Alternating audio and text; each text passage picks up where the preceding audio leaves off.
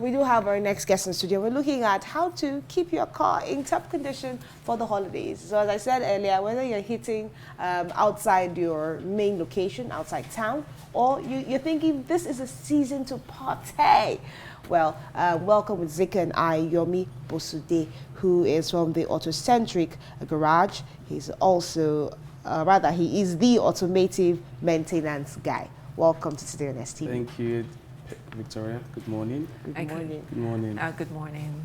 Now, this is the Harmattan season, and of course, the haziness would blur vision of drivers, whether you're in Lagos or in Port Harcourt or in Abuja, or anywhere you are in Nigeria.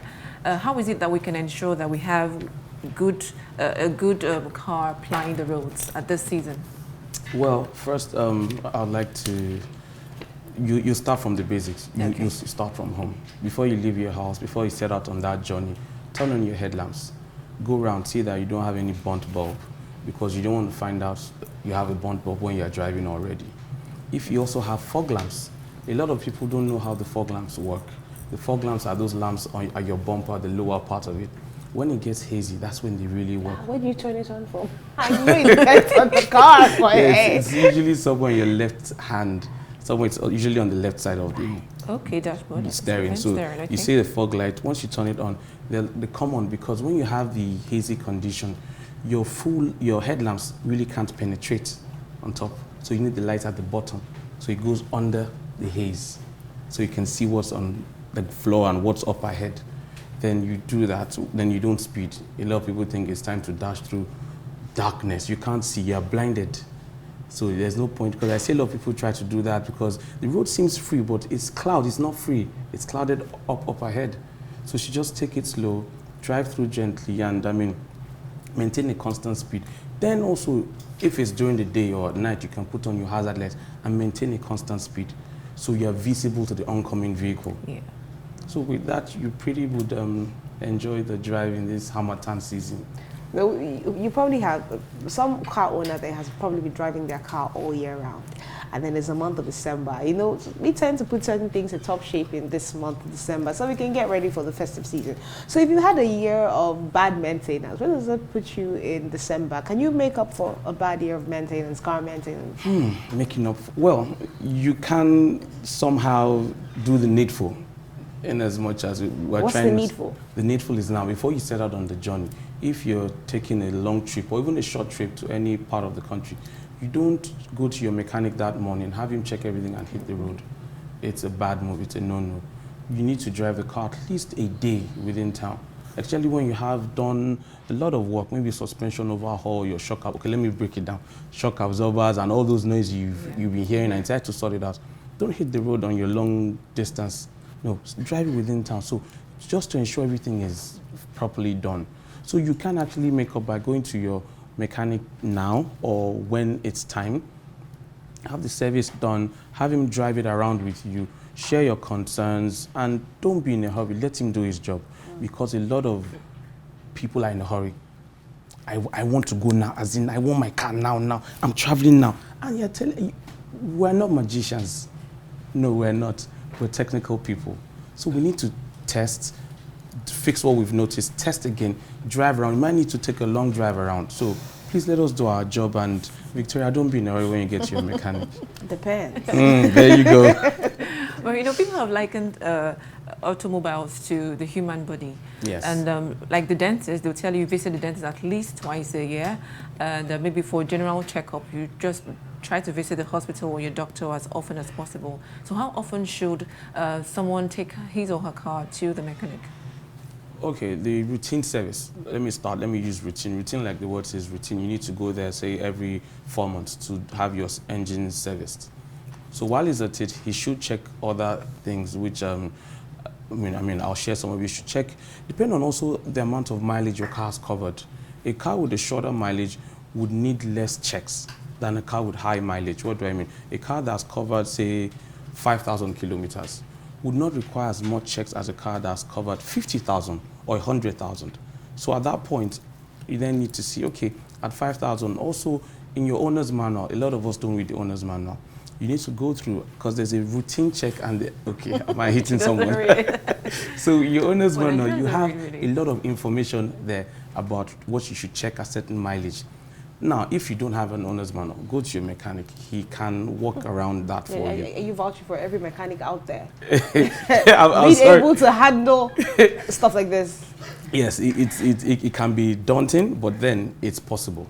Okay, you see, I will talk from personal experience when you say go to your mechanic. So what if you have a mechanic? You see, I'm hearing this sound. I'm not comfortable with you. Say, oh, nothing to your motor. Just carry on like that. Where does that leave you, though? Okay, I mean, you should really let him know you are worried about that sound, you know, and he should check it. I mean, when I have such instance, I tell my clients to hold on. Probably leave the car with me. Let me drive, because I don't know if this has happened to you before. When you go to your mechanic, you want to complain about something. You get there and the sound is gone. So I tell them, you know, let me have the car. Just, if you don't mind, let me have it for a few hours. Let me drive around or drive with you till we discover what it is. And we then start to work. Sometimes it's something that's loose. We just need to tighten with a certain span and everyone's fine. And sometimes it's something that's about to go really bad. So either way, still go to your mechanic. I will tell you to go back there. Go back to your mechanic. Or you can get a friend's mechanic to also help you look at it. If you can't get through to your mechanic, you're not very satisfied, you can come to Auto-Centric Garage and we can help you look at it. Okay, now, so what makes a car not roadworthy? Because a lot of times when you drive, you see some carbon monoxide, you know, just pouring on your face, you know, and you see sometimes some vehicles have some, as you're driving, as they're moving, you see some sparks, fire is sparking, or from the exhaust pipe, sorry, from the, from the exhaust, right. Fire comes out from it, or the noise they make. So what makes a car roadworthy, and why should unworthy cars be on the road? Why is that nothing is being done to these vehicles? Yes, the state government, Lagos state government, is coming up with emission laws. Yes, that's why, I mean, there's a lot of campaign on radio going on, and they're looking at emission, because the black smoke you mentioned is very important. It's not healthy. At all. Yes, and even before the state's laws that are coming up, we have the automotive industry, or the, we call us the group of automotive maintenance guys. We all, well, not we, our forefathers, the older generation, they came together to install certain devices on vehicles to reduce emission. One of it is the catalytic converter. That's a subject for another day. But it has to be, it's a subject. So all of that is put in place to reduce the harmful gases that our cars produce. However, when you have such cases, and you're talking roadworthiness so much, I mean, when you go to the VIS office, that's the Vehicle Inspection Service Centers, they'll give you a long check, or they can help you inspect as well. So I recommend you go to them before they come to you. It's safer that way. Or if you have a friend, you can call him in and let him help you. Ask questions. What do I need? Because from what I understand, if you don't have a fire extinguisher in your vehicle, your car is not roadworthy. If a bulb is burnt, it's not roadworthy. So many points or factors. And I believe it varies from state to state as well. So that's my take. So, Yomi, let me put you on the spot here. Let me see how nice of a guy that you are. People are listening to you talk about auto safety tips. You talk about how we should care for our cars, expectations. Now, I want you to show somebody out there, somebody who's listening to us, how good you are at what you do. So you'll be giving a free check to somebody. Okay. I would now bust your bubble. I would not just give a free check. I would run diagnosis on 5 vehicles for free. Okay. Wow. Okay, okay, so we're going to ask a few questions, right? Okay. Yomi, do you have any questions in mind? Because you're the expert here. How often do you do your checks? Or just ask 2 questions. So the first 5 people who could reach us on social media with the correct answers could be 5 lucky people who have free checks on their cars. Imagine that. You have to have a car. Well, you can submit your brother's car. Yes. You can submit your brother. It could be a family member, your husband, your spouse's car, whatever. But you know, this is when we're giving you something on today on SCV in collaboration with Auto-Centric Garage. With Santa's in the building. Garage. Yes, he's an Auto Santa for the Auto Santa. We need a cap. We need a Santa's cap for him. So do you want to ask questions? Well, so that they answer and then they will qualify for this. Okay, I'll make it 3 questions. Okay, that's fine. Question number 1: when was Ben Murray Bruce Bond. Okay, Very look at easy. that. First question. Look at that. Question number 2. What is the name of the first woman that drove the car in Nigeria? That's also very easy. Question number 3. What's our Instagram handle? For your... Yes, for So you my don't show it on company. the screen again. Okay, so yes, I think we should take his handle off the screen. I hope you'll be able to catch something. Yes. If not, and these are just 3 very basic questions. The questions will be on our social media handles as well, so you can send in your responses and your answers and see whether you got the free check. Maybe we should make it a 6 because I'm adding myself. Okay, there you go. She's number 6. I have to get it from Santa. I'm adding myself. Straight up. Straight up. Okay, now, so when we talk about the lifespan of a vehicle, it's another thing that's of great importance. I mean, she talked about the fact that sometimes it emits dangerous gases and all of that. You see a car is slowly going down the drain. Can you salvage a really bad situation? And when you know that it's almost done with this car? In some cases, you suspect, and sometimes the owner just sells it off before it dies on his hands. So how do you know that the lifespan is done? It's done. And how many years will we put at for the lifespan? Well, a car can really live very long, but it's largely dependent on how you maintain it. That's why you have classics for sale. You have cars that are manufacturing dates with 1930s, 40s, and they're still looking sharp. How come? They spent 50, 60 years on Earth and they're still looking sharp. It's expensive to do that. But then again, when you take good care of your car, I mean, there's a popular saying that goes, a stitch in time saves 9. good. So when you do your regular maintenance, it would save you a lot of corrective maintenance. And the regular maintenance, once again, would be servicing. Servicing at the right time. Okay. Yes, because, I mean, a lot of females don't know they need to service their cars on time. I'm trying to be nice. Santa? I'm sorry. Okay, a lot of people, or some Better. people, Yeah. some people don't know that you also need to service your transmission if you drive an automatic. Yeah, we're listening. Go on. Yes, yes. So, I mean, that can cost you a lot if your gearbox goes bad and you don't service it and you need to replace it. It's more expensive to replace a gearbox than to service a gearbox. So points like that, when you start to notice, just, call on your mechanic. And there's some brands that are quite unforgiving with their suspension parts. You just find out some cars break down or their tires have pulled out. I wouldn't mention any brand here, but you will know some brands that are popular for that.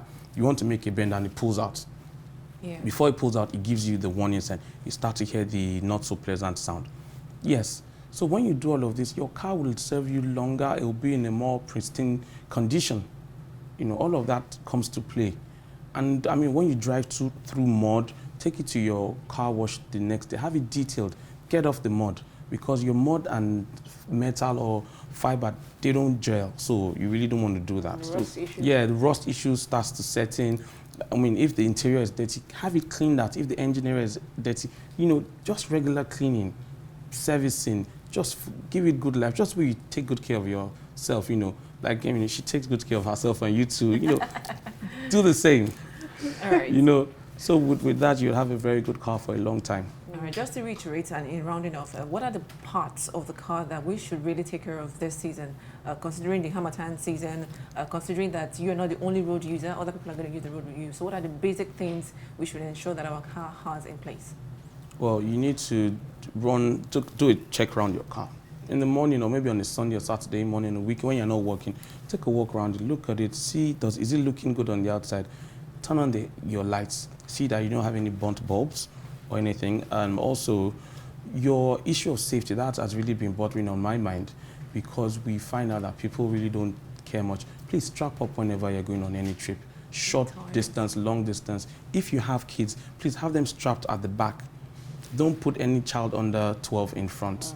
Put them at the rear, If possible, have them strapped up on their booster chairs, seat harness, because safety for everyone should be our business. We can reduce road crashes and have good times. And of course, at this period, your wiper should work fine. You don't want to get stuck out there with your bad wiper blades.